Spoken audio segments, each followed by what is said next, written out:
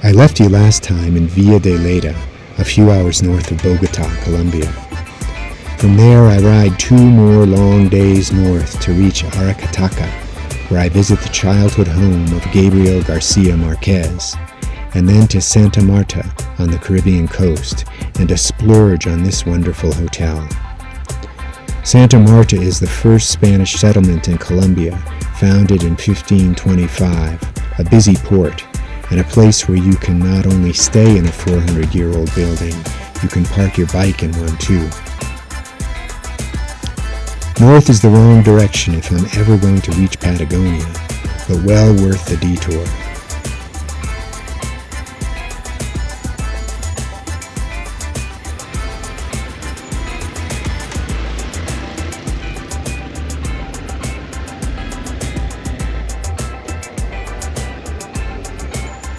Santa Marta is a vibrant city with a good music scene and great coffee and the chaotic, artistic energy that I find all over the country. This guy is selling old vinyl. I really love Colombia.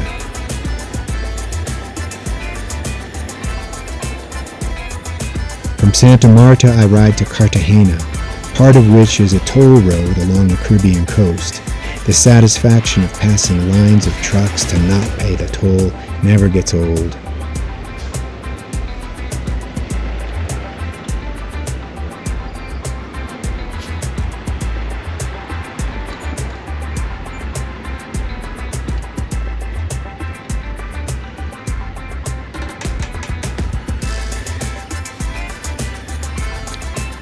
Cartagena's old walled city is just a few years younger than Santa Marta. This is rare moto vlogger footage inside the walls. Rare because, well, motorcycles aren't permitted inside the walled city. Which is surprising because there are a zillion motorcycles and scooters in Colombia, and generally they do whatever they want. Express lines at gas stations, cars making room to let you squeak through traffic. But my video shoot inside Cartagena's walls comes to a quick stop. I turn off my camera. These guys radio over 2 more cops, and they call 2 more, and the 7 of us have a very long chat, and they finally decide to direct me to the nearest exit with no traffic ticket. So I continue my tour of Cartagena in a more pedestrian fashion.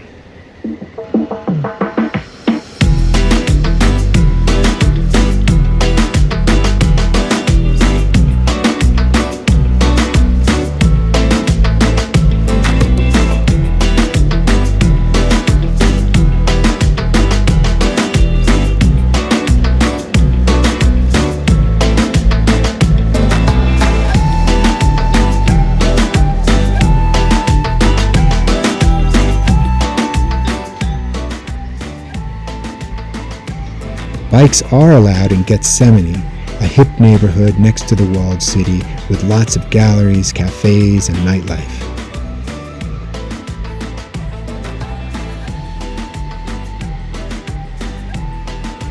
Plaza del Trinidad was hopping last night, but this morning es tranquilo y caluroso, and I'm almost giddy to find this juice cart.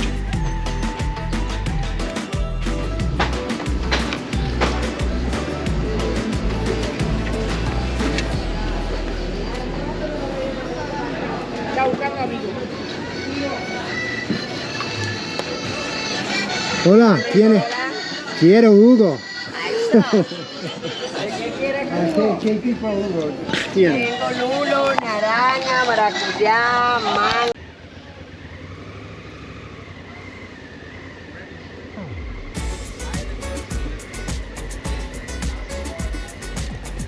It's time to head back south, and I stop in Santiago de Tolu and have fish for lunch on the Caribbean, and then wait out a deluge that brews up in minutes. It's 3 days down to Medellin. The first night I'm still in the heat and humidity, but halfway through the second day I rise up into the cool mountains north of Medellin and stay in the mountain town of Yarumal. Traffic gets heavier, and then Medellin suddenly appears in the valley below. I drop down for half an hour at least to reach the city, which still sits at 1,500 feet.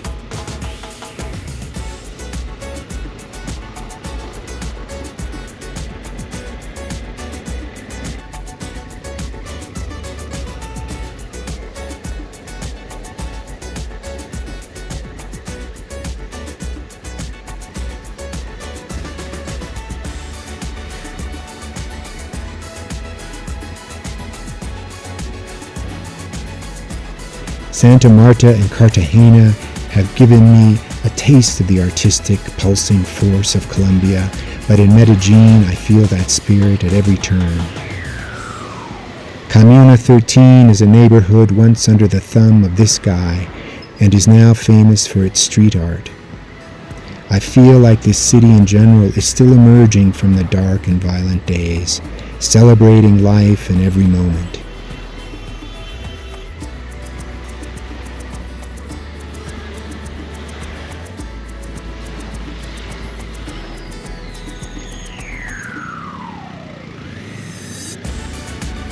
One of my main missions in Medellin is to buy new tires, and I completely luck out with my first stop, Africa Motos, and a set of Mitas E-07s. More on the tires in a minute. I also need new boots that don't leak and a warm pair of gloves.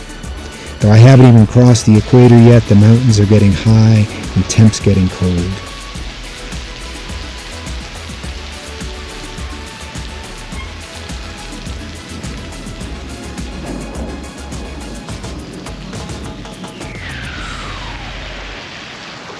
I meet Chris at Africa Motos, a Brit transplanted to Australia who's riding a KTM 990 Adventure from Alaska to Argentina. He also needs tires. He's not nearly as brooding as he appears here, but thoughtful, full of a curious energy, a great conversationalist. I thoroughly enjoy hanging out with him for a few days in Medellin.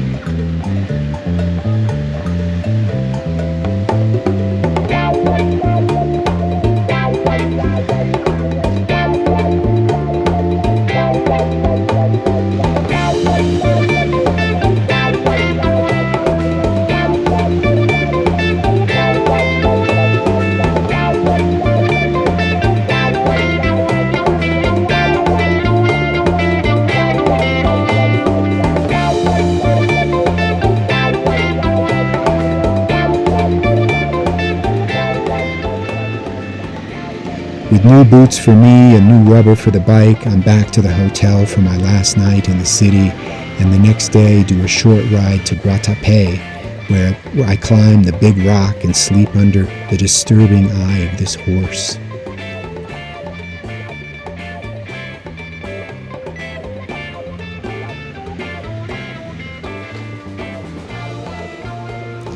And then a long day to Jardín in Colombia's coffee region.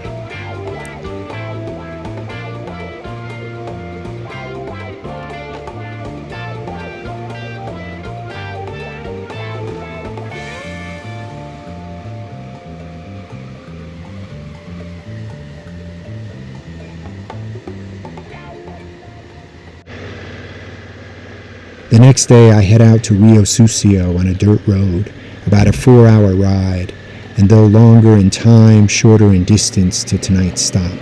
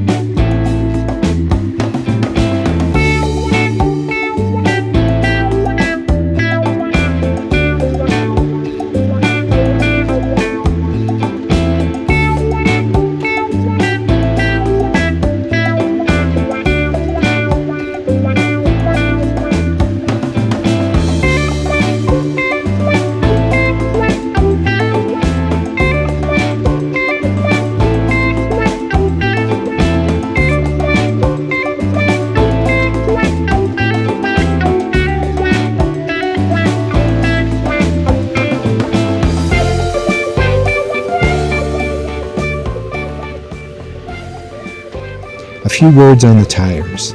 I really like the Mitas E-07s. They're solid off-road, comparable to the MotoZ tires I started the trip with.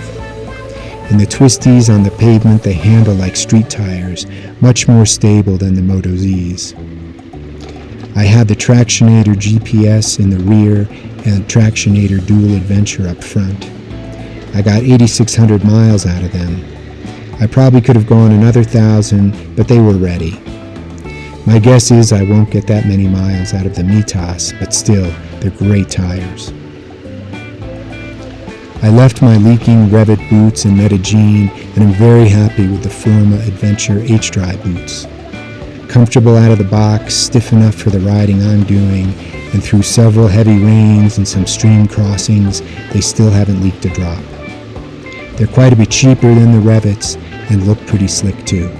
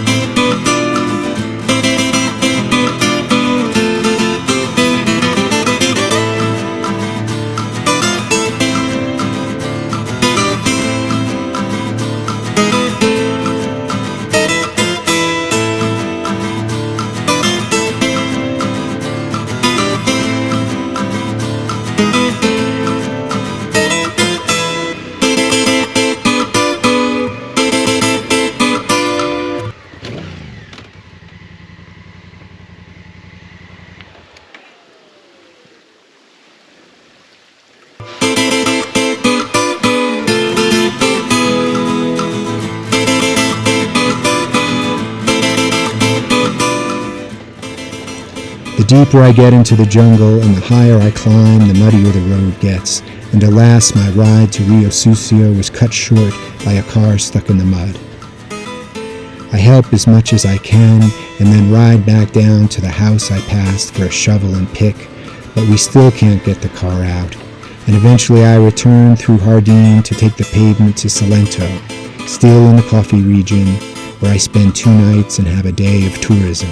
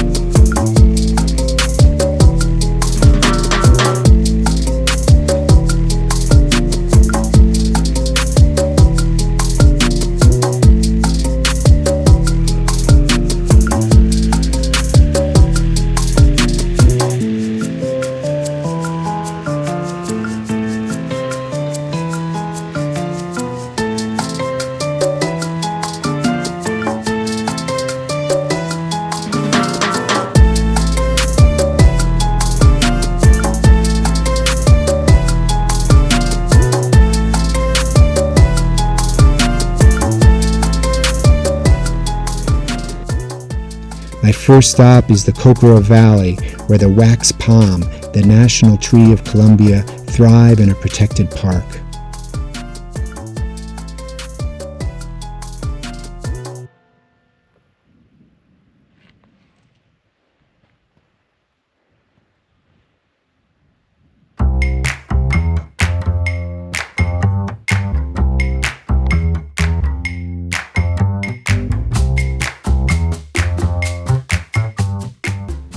I'm crowned king of the Cocora Valley, but my reign is brief as I'm quickly dethroned by the kid at the bottom of the ladder who wants his turn.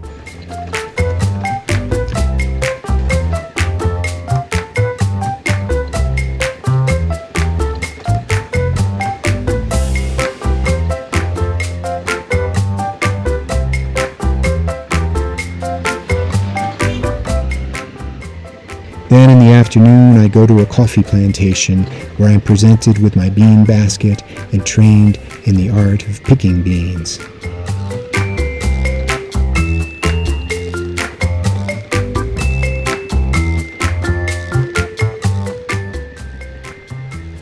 I respect our tour guide / drill sergeant for his very strong feelings about coffee. And then I head back to Ipiales on Colombia's southern border. On the morning before I cross into Ecuador, I visit the Las Lajas Shrine. The shrine is built on a bridge 130 feet high, stretching across this river canyon. It's the site of a 1754 miracle. A woman and her deaf-mute daughter Rosa sought shelter from a storm at this spot. As the storm raged, Rosa shouted to her mother that she could hear the Virgin Mary calling to her, and then, illuminated by lightning, an apparition of the Virgin appeared to them. A shrine was built here in the 18th century, and construction began on this one, which replaced it in 1916. Many healing miracles and apparitions have occurred here, and it's a popular pilgrimage site. Next stop, Ecuador and the Quichua town of Salasaca.